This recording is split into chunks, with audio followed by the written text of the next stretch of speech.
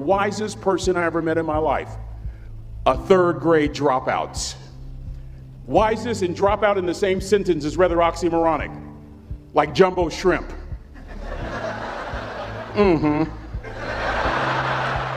Like fun run, ain't nothing fun about it.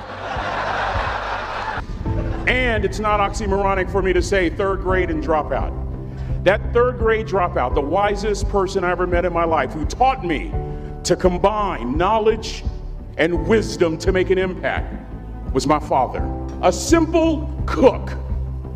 Wisest man I ever met in my life. Just a simple cook. Left school in the third grade to help out on the family farm, but just because he left school doesn't mean his education stopped. Mark Twain once said, "I've never allowed my schooling to get in the way of my education." My father taught himself how to read, taught himself how to write, decided in the midst of Jim Crowism, as America was breathing the last gasp of the Civil War, my father decided he was going to stand and be a man.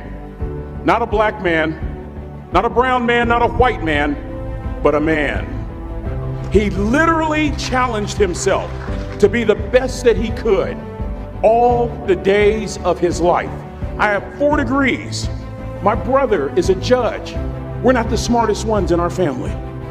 It's a third grade dropout daddy. A third grade dropout daddy who was quoting Michelangelo, saying to us, "Boys, I won't have a problem if you aim high and miss, but I'm gonna have a real issue if you aim low and hit." A country mother quoting Henry Ford, saying, "If you think you can or if you think you can't, you're right." I learned that from a third grade drop. Simple lessons. Lessons like these. Son, you'd rather be an hour early than a minute late. We never knew what time it was at my house because the clocks were always ahead. My mother said for nearly 30 years, my father left the house at 3:45 in the morning. One day she asked him, "Why, Daddy?" He said, "Maybe one of my boys will catch me in the act of excellence. I want to share 2 things with you." Aristotle said, "You are what you repeatedly do." Therefore, excellence ought to be a habit, not an act. Don't ever forget that. I know you're tough, but always remember to be kind. Always. Don't ever forget that. Never embarrass mama. Yeah. If mama ain't happy, ain't nobody happy. If daddy ain't happy, don't nobody care. But I'm trying to tell you. Next lesson. Lesson from a cook over there in the galley. Son, make sure your servant's towel is bigger than your ego.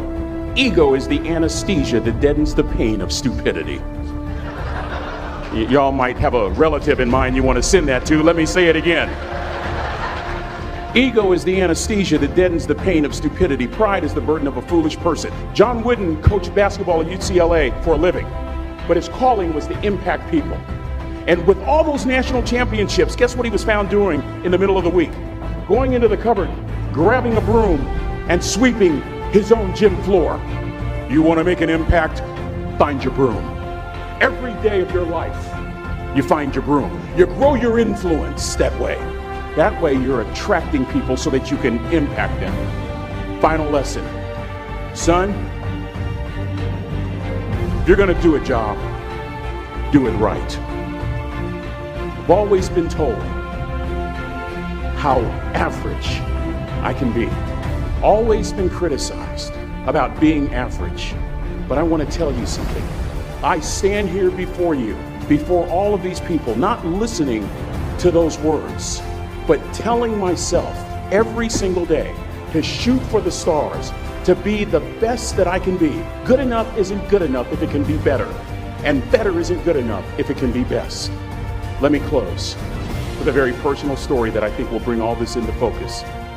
Wisdom will come to you in the unlikeliest of sources, a lot of times through failure. When you hit rock bottom, remember this. While you're struggling, rock bottom can also be a great foundation on which to build and on which to grow. I'm not worried that you'll be successful. I'm worried that you won't fail from time to time. Person that gets up off the canvas and keeps growing, that's the person that will continue to grow their influence. Back in the 70s, to help me make this point, let me introduce you to someone. I met the finest woman I'd ever met in my life. We're at this dance and I find out her name is Trina Williams from Lompoc, California. And we're all dancing and we're just excited. And I decide in the middle of dancing with her that I would ask her for her phone number. Trina was the first one. Trina was the only woman in college who gave me her real telephone number. The next day we walk to Baskin & Robbins ice cream. We go on a second date, and a third date, and a fourth date. We drive from Chico to Vallejo so that she could meet my parents. My father meets her. My daddy, my hero, he meets her, pulls me to the side and says, "Is she psycho?" But anyway, she said yes. That was the key. I married the most beautiful woman I'd ever seen in my life. Y'all ever been to a wedding and even before the wedding starts, you hear this? How in the world? And it was coming from my side of the family.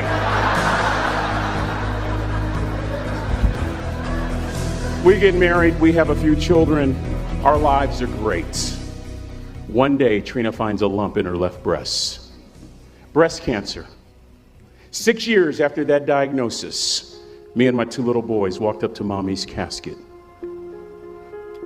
And for 2 years, my heart didn't beat. If it wasn't for my faith in God, I wouldn't be standing here today. If it wasn't for those 2 little boys, there would have been no reason for which to go on. I was completely lost. That was rock bottom. You know what sustained me? The wisdom of a 3rd grade dropout. The wisdom of a simple cook. We're at the casket. I'd never seen my dad cry. But this time I saw my dad cry. That was his daughter. Trina was his daughter, not his daughter-in-law. And I'm right behind my father, about to see her for the last time on this earth. And my father shared 3 words with me that changed my life right there at the casket. It would be the last lesson he would ever teach me. He said, "Son, just stand. You keep standing.